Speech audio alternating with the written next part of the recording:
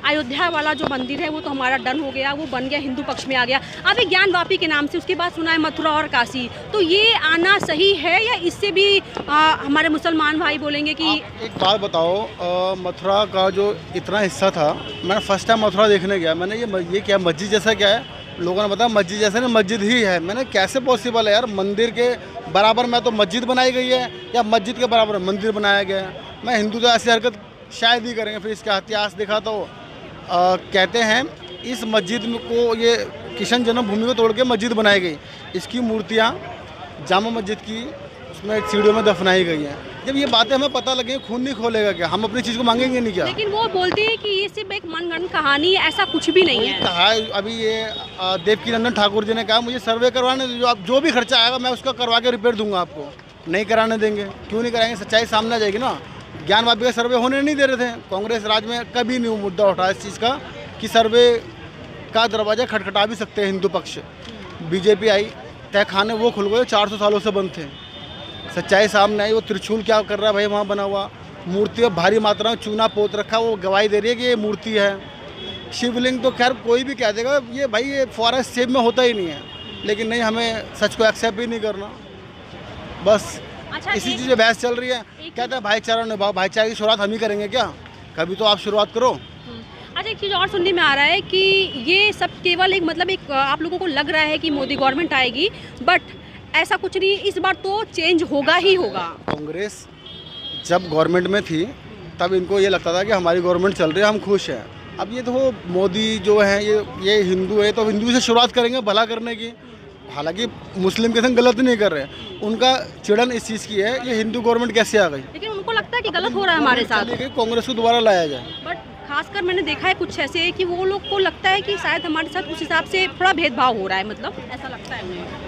मैं कह रहा हूँ गवर्नमेंट स्कीम का फ़ायदा क्या मुस्लिम को नहीं मिलता? जो भी गवर्नमेंट कानून बनाती है, जो भी देती है, फैसिलिटी देती है, हॉस्पिटल में चले जाओ, राशन कार्ड को लेके जाओ, XYZ कोई भी फैसिलिटी देती है, उसका बेनिफिट मुस्लिम को नहीं मिलता क्या? तो क्या भेदभाव हुआ इस चीज़ को लेकर? लाडली योजना हो गया वगैरह वगैरह, जो भी स्कीम, मुझे तो पता भी नहीं, मैं फ़ायदा भी नहीं उठा पाता उस स्कीमों का। ऐसे स्कीम मिल रही होती है तो क्या मुस्लिम को नहीं मिलती वो स्कीमें? अच्छा, एक चीज़ और, जैसे योगी जी का आप देख रहे हो, वो कभी सड़क का नाम चेंज कर देते, कभी चौराहे का नाम चेंज कर दे रहे हैं। नाम चेंज कर देते हैं।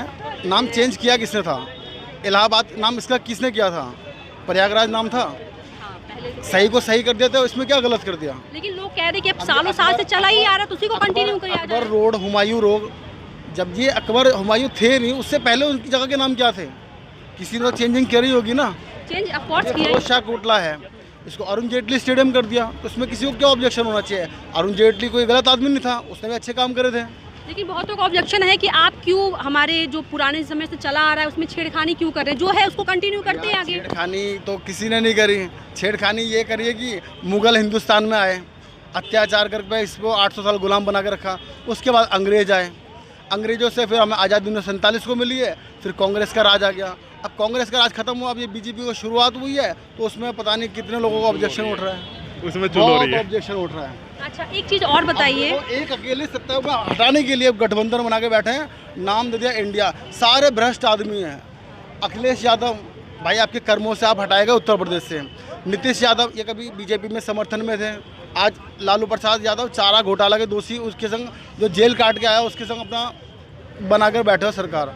मायावती को तो खैर आप देख ही लो, क्या बीजेपी का वहाँ पे मारा, बीजेपी कार्यकर्ता मारा पीटा जाता है उनको। और अभी कर्नाटक, कोई तमिलनाडु का एक उदयगिरी नाम कुछ था, वो कह रहा है सनातन धर्म को नष्ट कर देना चाहिए, ख़त्म कर देना चाहिए। डेंगू मलेरिया जैसी, कोरोना जैसी बीमारी है, बताओ। वो खुद हरामखोर सनातन धर्म से जुड़ा हुआ है, उसे ये भी नहीं पता मैं बोल क्या रहा हूँ। मैं तो समाचार ही देखता हूँ, और मुझे कभी डिबेट में एक वो जो दिखते हैं दोगले हिंदू अपने, अनुराग ये क्या नाम है, एक यहाँ पर आता है अनुराग झा सा, कोई डिबेट बकवास करता रहता है छुट्टियाँ रख कर। मन तो यार ऐसे गंदे लोग अपने हिंदू धर्म को तोड़ने में लगे हुए हैं, भीम आर्मी के रूप में। लेकिन आप इसके लिए तो कह नहीं सकते 2024 में तो 20% मुस्लिम वोट मान लो, 20% अपने दोगले हिंदू 20% नहीं देंगे। दोगले हिंदू जो है ना, जो कांग्रेस समर्थन या किसी को लेकर जिनकी कुर्सियाँ ना छिन जाए, जो जुड़े हुए हैं, 40% मान लो, 60% अभी भी है जो बीजेपी को चाहते हैं। तो 2024 में बीजेपी का मतलब 80% लग रहा है कि मोदी 40% नहीं कहूँगा, 40% ये हैं जो गठबंधन बना के बैठे हैं ना। एक तो होते हैं तो भीम आर्मी वाले, तो मायावती को चाहे हारे चाहे जीते उनका वोट मायावती को देना होता है। तो इसीलिए कह रहा हूँ जो दलित वोट अपने कट रहे हैं, 40% जो है इंडिया की तरफ चले जाएंगे, 60% अपना एनडीए की तरफ ही आएंगे। आप लोगों को क्या लगता है? मैडम किस चीज़ का क्वेश्चन आप रिपीट? क्वेश्चन मेरा यही था कि 2024 में जैसे कि एक गठबंधन टीम बनी है, ईमानदार कोई नहीं है, फिर केजरीवाल ईमानदार है अंकल जी? केजरीवाल है ईमानदार? कोई ईमानदारी, सब चोर है, डाकू, सब चोर है तो बात ही खत्म कर दो। आप जो कह रहे हैं ये भ्रष्टाचार है, सब ये मैं बता रहा हूँ, मोदी आया था क्या मैं भ्रष्टाचार हटा दूंगा। क्यों नहीं?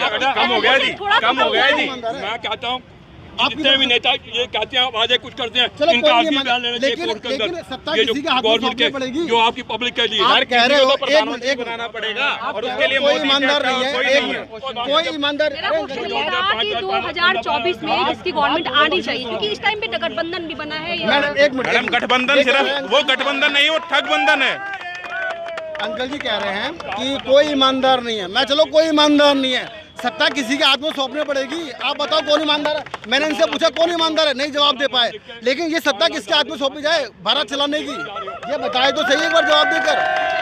बात ही नहीं कर रहे हैं। वो ऐसा होता है, ये जो अपने मैंने आपको 40% बताया ना, 40% इंडिया वाले वो पीछे समझते हैं। अंकल कैमरे पे नहीं आएंगे। अच्छा ये बताइए, जैसे उन्होंने कहा कि मोदी नहीं, तो मोदी के अलावा कोई टक्कर में इनके दिख रहा है इस टाइम पे जो 2024 में दिख तो रहा है, इंडिया मैम, दिख रहा है, आप- इंडिया गठबंधन के रूप में दिख रहा है। नहीं मैम, तो सारे मिलके एक बंदे को हरा रहे हैं, तो ये टक्कर में है तो उसके। देखिए और फिर भी टक्कर नहीं ले पा रहे हैं। मैं कहता हूँ 40% 60% का मुकाबला जैसे है। 60% जंगल का राजा कौन होता है? शेर। अब ये इंडिया गठबंधन में कह रहे हैं कि राहुल गांधी भी प्रधानमंत्री के कैंडिडेट हैं, खड़गड़े भी हैं, ममता बनर्जी भी है, नीतीश जी भी हैं। तो इस देश में जैसे एक संविधान लागू हुआ है, एक झंडा है, अब आपको पता है ना धारा 370 हट चुकी है, तो इसी तरह प्रधानमंत्री भी तो एक ही होगा।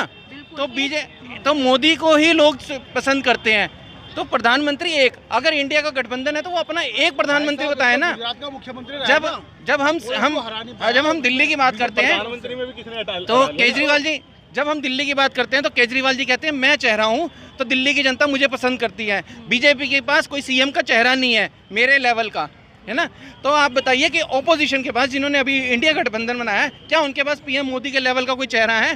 कोई चेहरा नहीं है।